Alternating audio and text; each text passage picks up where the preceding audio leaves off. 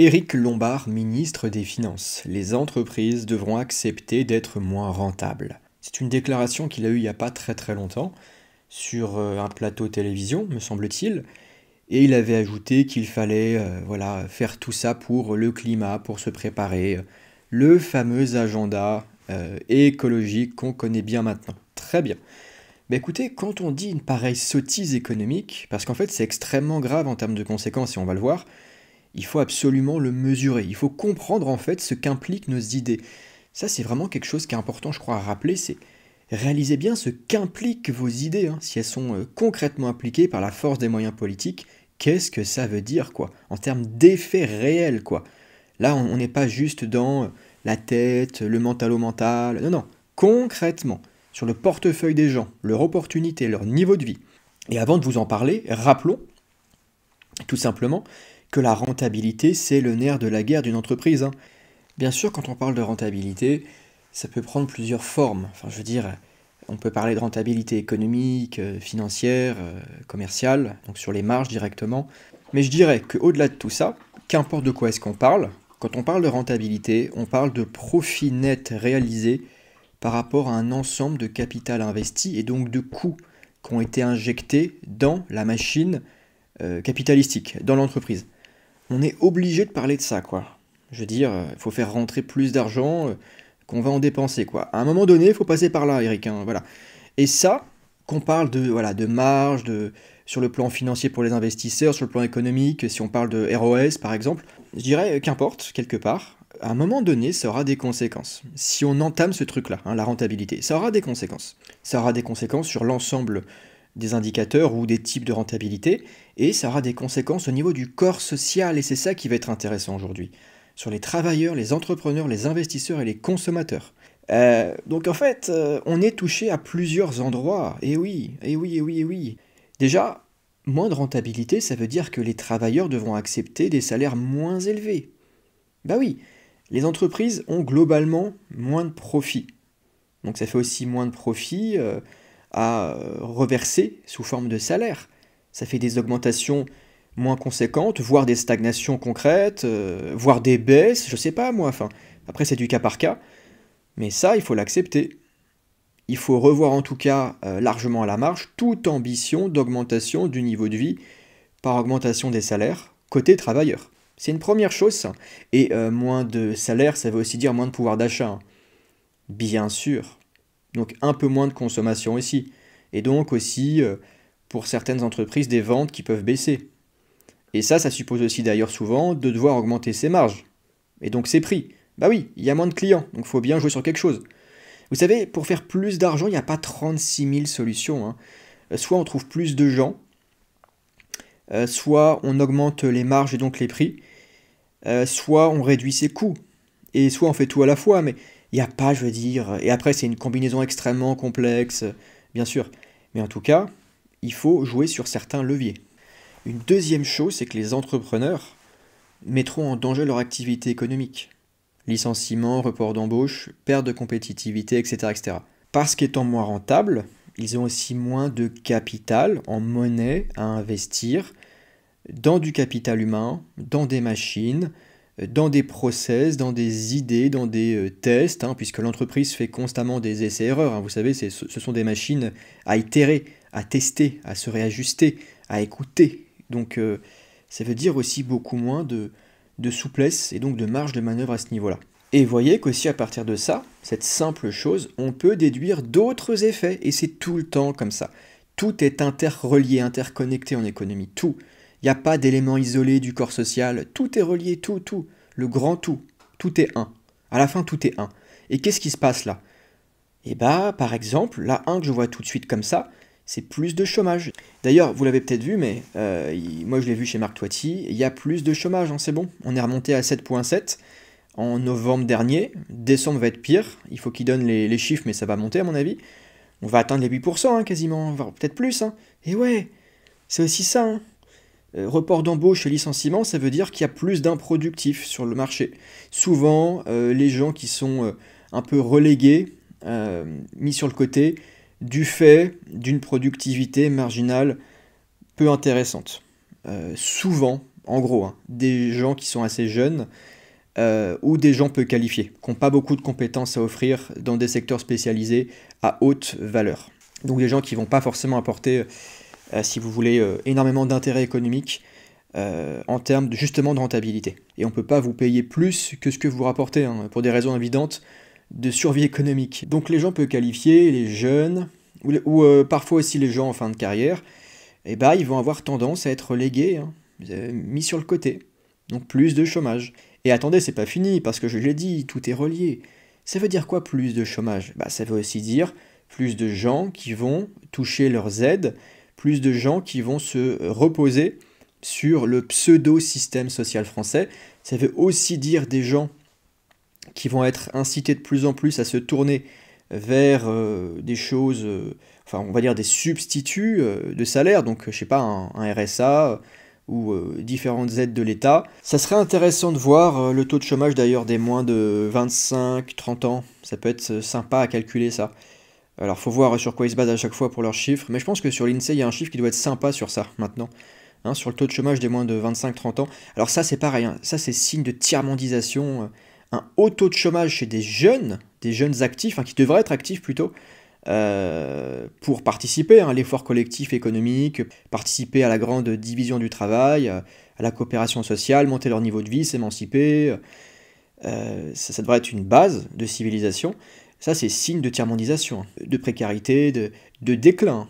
Le chômage fort et stagnant, voire même montant, c'est pas bon du tout, du tout, du tout. Et on rappelle que le chômage est évidemment provoqué par la législation, et non pas par le vilain libre marché, que sais-je. Pas du tout, du tout. Le chômage est issu de frictions volontairement produites sur le marché par la législation. En fait, la législation agit toujours comme une barrière artificielle qui empêche l'individu de trouver des solutions. Et donc, en fait, dans le cas présent, ça empêche les différents individus, employeurs comme chercheurs d'emploi, ça les empêche de trouver des solutions. Concrètement, ça veut dire que la ressource travail n'est pas allouée efficacement. Elle n'est pas allouée rationnellement par les différents acteurs économiques en place. Parce qu'ils sont gênés, bloqués, voilà, ils sont, si vous voulez, empêchés. Vraiment, la législation, vous voyez ça comme un gros mur, hein, comme ou une barrière qu'il faut sauter et qui est très très haute. Donc pour le temps de la grimper quelque part, on met du temps. On met du temps.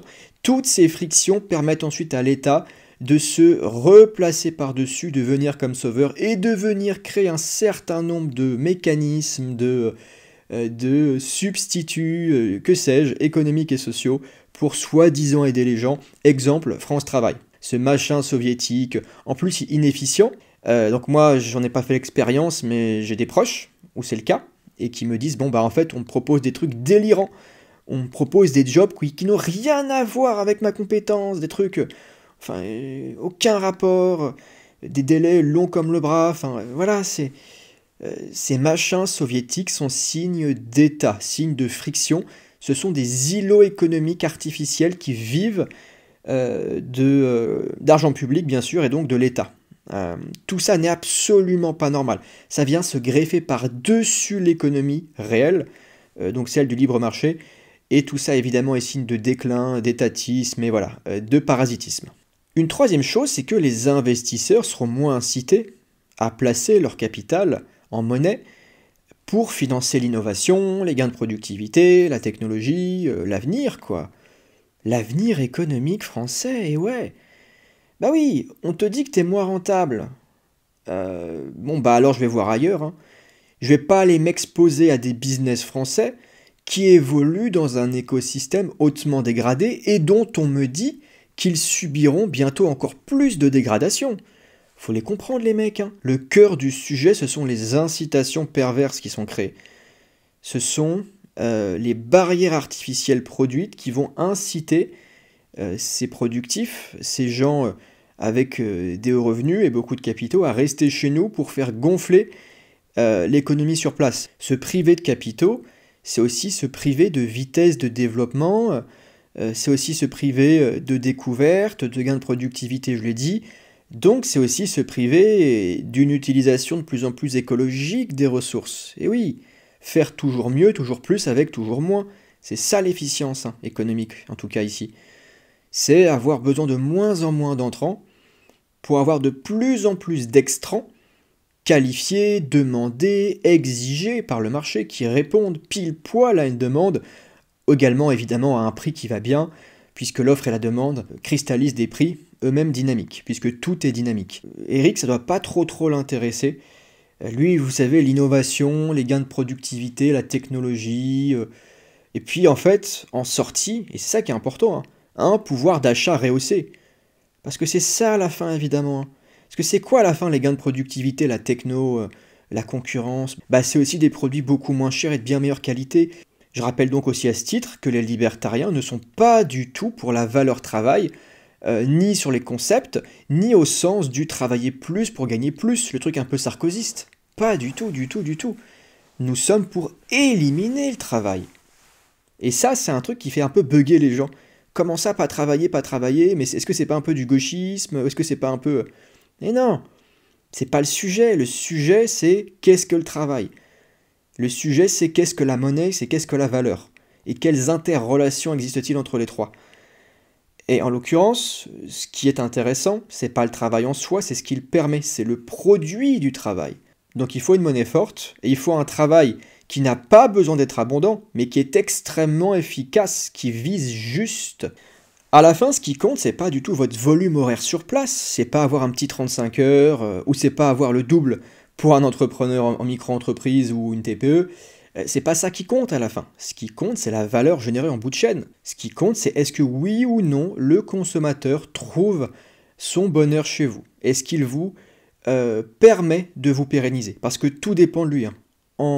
Sur un libre marché, le consommateur est souverain. Il est souverain, c'est lui qui décide. Votre survie dépend de ses décisions.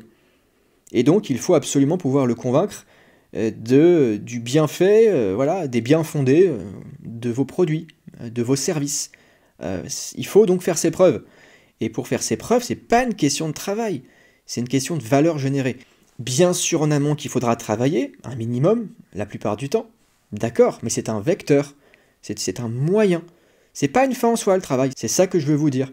Et plus on a de gains de productivité, de machines, de robots, de manières de nous augmenter pour faire mieux, notamment sur des missions assez répétitives, souvent chiantes d'ailleurs, et qui sont aussi d'ailleurs souvent ingrates, plus on a de machines à cet endroit-là, plus on s'extrait du travail, et plus on peut se concentrer sur des choses plus importantes pour nous, des activités secondaires, des projets, la famille, les amis, la vie quoi. Bah ouais en fait, enfin, c'est con, hein, mais à la fin c'est ça qui compte. Moins de rentabilité, ça veut dire tout ça, c'est une cascade d'effets tout à fait descriptibles, manifestes, et qui ont déjà été observés, hein. C'est pas comme si en plus on n'avait pas une historicité gargantuesque, titanesque plutôt, de notre côté, quoi. Enfin, je veux dire, tout ça est complètement connu, quoi. Bref. Dernier effet pour les consommateurs, donc chacun de nous a priori.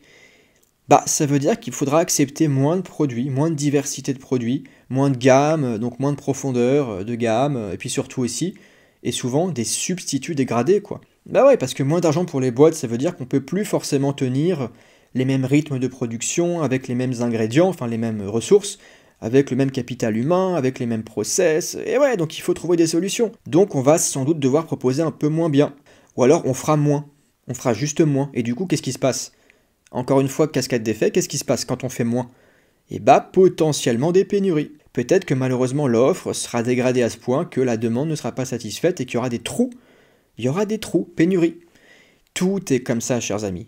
Et puis je l'ai dit aussi avant, mais surtout ça, pour les consommateurs, il peut aussi y avoir une hausse des prix au niveau de certains produits. Vous savez que dans une boîte, quand on est pris à la gorge par l'État, on est tenté forcément, et c'est normal, hein, de toute façon c'est même pas qu'on est tenté, c'est que c'est une question de survie, arrivé à un certain moment, mais on doit augmenter ses prix sur certains produits, notamment ceux qui bénéficient d'une concurrence moins forte, où on peut se permettre de faire ça, et où on a aussi une forte fidélité consommateur. Là où on pense que ça pourra passer pour la clientèle, quoi.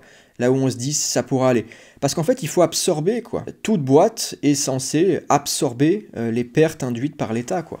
En tout cas, si elle veut survivre. C'est toujours pareil, hein, donc c'est pas un jeu, quoi. C'est ça que les gens ne comprennent pas, enfin, les politiques, c'est pas un jeu, c'est pas... C'est pas un truc, vous savez, c'est pas un jeu vidéo, ouais, je sais pas, c'est pas une simulation, c'est la vraie vie, enfin je sais pas, t'as pas le choix quoi, il faut que t'absorbes les pertes, parce que tu t'es fait bouffer des économies d'échelle ici ou là, il faut que tu ailles absorber ailleurs, donc des prix plus élevés. En bref, Éric Lombard est en train de nous dire qu'il va encore davantage plomber un pays qui souffre déjà le martyre. Cette grande supercherie idéologique ne tient que parce que les Français sont encore frappés d'analphabétisme économique, mais cela ne saurait durer éternellement.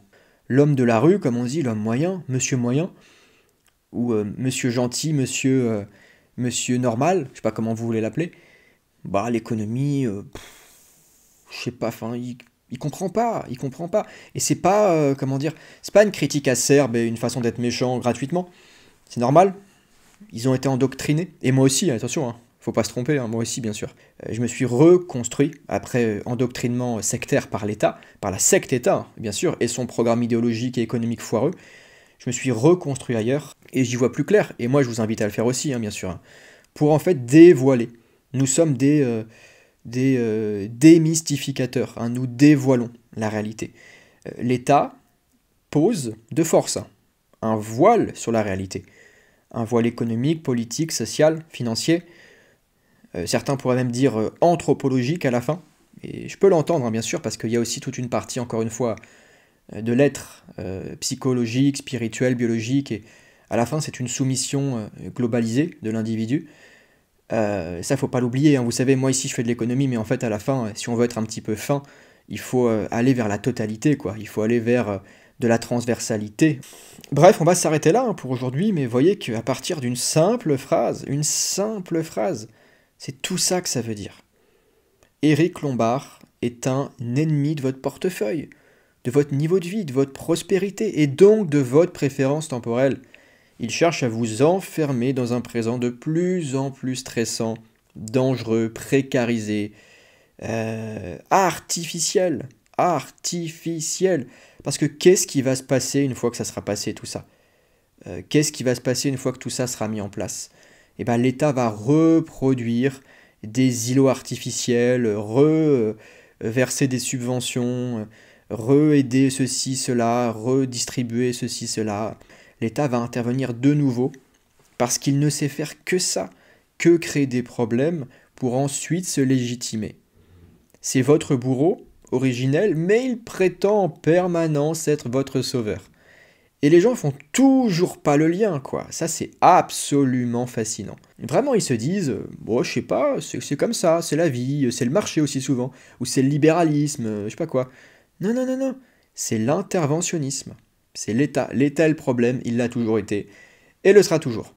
Allez, on s'arrête là pour aujourd'hui, j'espère que ça vous aura plu. Si c'est le cas, pouce vers le haut, pensez bien à rejoindre l'académie, lien en description, chers amis, www.academiahomines.com. Pensez bien aussi à vous abonner à mon cours, enfin, là pour le coup c'est un paiement en une fois d'ailleurs, c'est pas un abonnement, un paiement en une fois à mon cours, 6 leçons co-créées avec Stéphane Gers, et qui traitent de grands sujets économiques comme l'interventionnisme, comme le socialisme, comme le capitalisme, voilà, plein de choses comme ça. Si ça vous intéresse, lien en description et en premier commentaire épinglé. Voilà, on s'arrête là et quant à moi je vous dis à la prochaine. Ciao.